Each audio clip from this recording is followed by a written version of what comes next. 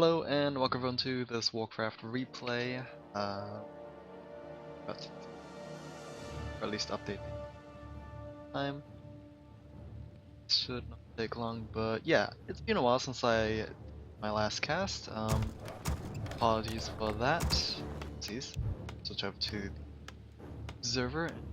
Let's go to the current resources. So this is going to be from AWL of 2017. It was played near the end of April, and yeah, this is going to be Group B, the semifinals or round 1 of the qualifiers. Don't really know how to call it that, but regardless, didn't really finish Group A. I guess I kind of skipped it over. I'm not really I wasn't gonna cast any of the losers or the winners just yet. I was wanting to do all the round 1s of the other groups if I can manage to do so. So yeah, there's gonna be between FoCuS and Tho. FoCuS putting in as the orc player in the top right, and his opponent will be Tho, the red human, bottom left. And map is on Amazonia, which was kind of weird. The Team Liquid site said that game 1 was on Echo Isles, so I was kind of confused when I saw this replay have Amazonia instead, which is, yeah, that's a little weird. That's not, pretty sure Twisted Meadows, or pretty sure Amazonia is not Echo Isles, but regardless, we'll just go ahead and what will happen.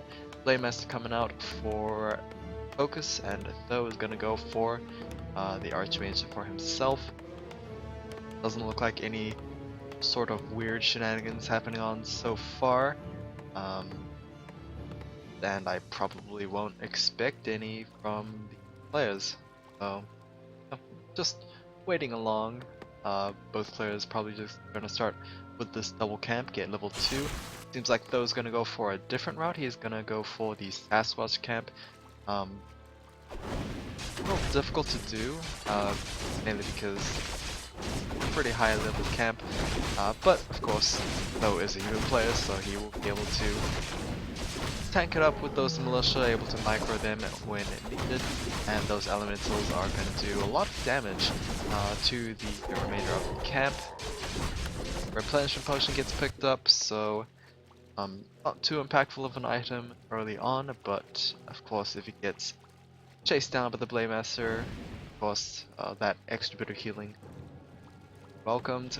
We do have the dust being picked up there for the Archmage from the shop. Rather unfortunate I can't see the shop items. It would be nice to see the cooldowns on them, but oh well.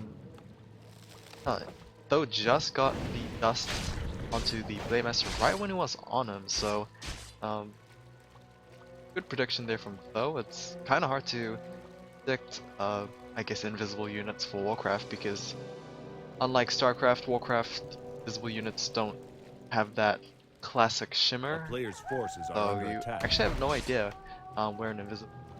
So, I mean, although it didn't really matter too much since the dust really led to nothing. I guess the dust kind of gave Tho the warning of not doing a creep camp, but that's just how I view it, honestly.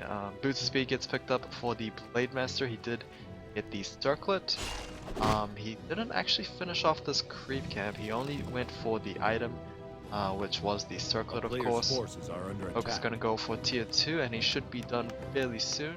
Though, go for tier 2 a little later than his opponent, but I don't think it will matter too much in terms of timing there. Oh wow, Blademaster FoCuS a little unlucky with his timing there. Salved right before the axe landed, and well, the healing will stop, but he just salved up again and was able to pick up the Renegade Wizard with his Windwalk Strike there, and picking up Slippers of Agility as well as level 2 from that particular creep camp. So yeah, despite being dusted, yeah, Tho couldn't really do anything about that. He knew he was coming, and well, he's not a Mountain King, so he can't really stop it with a Stormbolt. Nice steal again by the Blademaster and getting a critical strike on the Water Elemental as well. Picking up all that extra bit of experience, also getting the Cloak of Shadows, of course not a prize winner right there, but can sell it for some gold, I guess. A player's forces are under Though, attack. maybe feeling a little discouraged after losing about a couple of creep camps to his opponent. Definitely delayed his level 3 quite a bit, so those level 2 elementals will be taking a while to enter the battlefield. The keep take is now done. We do have 2 sanctums down as well. Mountain King is on the way, and the Blademaster is going to go for the Nightcrawler. Nope, he was a little slow there, so he'll pick up the Elemental instead. Item is going to be the Ring of Protection +2 for the Archmage. And yeah, he should not be able to, or he's not going to sustain that much damage from the Blademaster, as he's a little busy working on the Footman and Elementals, of course. Next, that's actually all the Elementals down for though. So the Blademaster's actually pretty close to level 3, surprisingly. But he needs to be careful not to get Stormbolted in the face by the Mountain King. I believe he might want to try another attempt on the Archmage. It's kind of risky since he only has enough mana for another Windwalk, Stormbolt onto the Blademaster there, and the health pot? I guess that was a health pot? Yeah, I guess it was a little, I guess it wasn't enough for a greater healing pot, so A player's forces yeah, that are was under most attack. likely a health pot, and will be able to save himself there. Couple of grunts being picked off by the Stormbolt, but we do see a Wind Rider, which is not something I would have expected. He's gonna go for, I guess, guard towers or the peasants. Gonna be tough since the Sorcerer just casted that slow on him, but FoCuS going for double bestiary into mass Wind Riders there, so it's a little bit of a risky playstyle, I guess, because A player's forces they get are under really attack. really hard countered by those sorceresses, and once I guess enough guard towers up in place, Wind Riders shouldn't be able to do too much there. And of course, though, if he wants, he can just place down a couple of workshops and build those flying machines to just directly counter those Wyverns there. So yeah, guard tower number 1 is done. So all these Wind Riders can do, go after the peasants that are harvesting lumber. It's kind of dangerous to go after the gold line A because, player's well, forces are under attack. tower's right there, so yeah, a bit of a pickle that FoCuS has found himself in. Stormbolt once again being able to pick up another free grunt, and the Mountain King not really anywhere close to Town level is 2, under so siege. I guess that wouldn't matter too much there. And once again forcing those peasants to relocate, harvest lumber on the other side, and it seems like, oh, Griffin Aviary gets placed down there, so A player's forces are under attack. Griffin Aviary will lead into Dragonhawk Riders. They are tier 2 units, they should be able to do fairly nicely against those Wind Riders there. The only problem is, of course, getting a good number of Dragonhawk Riders up, because FoCuS has currently 5 Wind Riders, and they should be able to do Town is under a siege. lot of work against any sort of Dragonhawks that would mass up. Honestly, workshops probably would have been a better choice because they are flying machines are a lot quicker to mass and they are relatively cheaper. But Tho is going to go for a counter attack here, and does FoCuS have enough defense? This up 46 versus 41, but most of the units for FoCuS are at Tho's base, but Tho's doing a lot more damage than FoCuS's, so Town is under siege. yeah, really strange that that actually happened. Keep Scroll is going to be used by Tho, and he's going to pick up a free Wind Rider. Well, kind of curious that Tho actually stopped attacking. He pretty much just crippled most of FoCuS's fly buildings here, so it's going to be kind of tough for FoCuS to produce units because he's currently upside down by a huge amount. Takes onto the Counter King there just to prevent him from tossing that Storm Bolt, but those Wind Riders aren't so lucky. They are still being slowed by those Sorceresses, and another one will be picked up. Not looking good for FoCuS right now.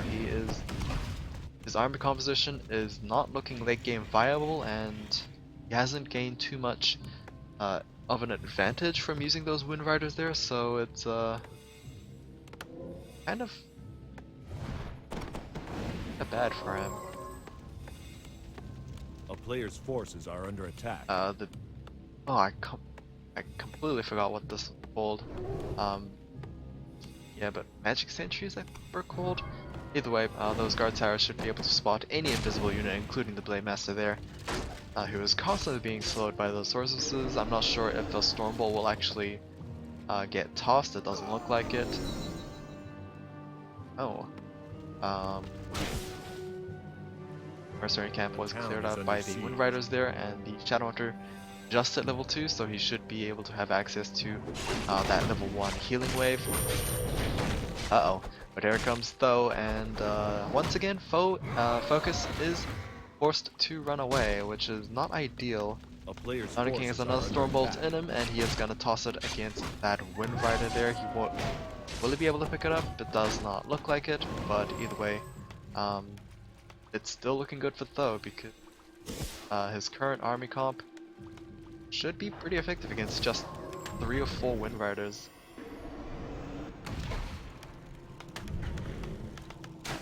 Here we go once again as the Orc Burrows are now being attacked, just like last time. But this time around, FoCuS does have his, I guess you could call it, an army to try and defend here. 41 versus 46, slight advantage towards FoCuS, but of course he is using one more Wind Rider. More Wind Riders on the way. Will they be enough against this kind of comp though? I don't know. Barracks is attacked, but I don't think FoCuS matters too much about this particular building.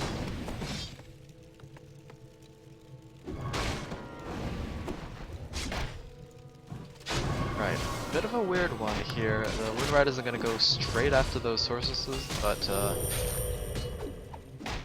oh, actually no, they are able to push away Tho a little bit. Able to focus down the Elemental there, so that's a huge amount of DPS lost for Tho. But he just popped down another one. Blade Master is making quick work out of it though. And yeah, slowly but surely, both sides are losing quite a bit of units. The Blade Master, on the other hand, is kind of in danger to rely on those healing waves from the Shadowhunter to keep himself alive. Peasants, Peons, not sure what you guys are doing there. You don't have Spirit Link on you, and yeah, your army's not with you either, so this is a little weird. 8 supply down compared to Tho, so FoCuS is not looking good right now. And he's actually choosing to counterattack, which is really weird. His Wyverns are still struggling to get there on the other side as they're still slowed. And here comes another attack from Tho, as he just realizes that FoCuS is nowhere near. Yeah, this is impossible for FoCuS to deal with. All he's got is Wind Riders, and they're not really good building breakers there, so that is going to be game 1. A really weird game 1, honestly. But either way, that is going to be that. Hope you guys enjoyed. I'll see you guys again in game 2.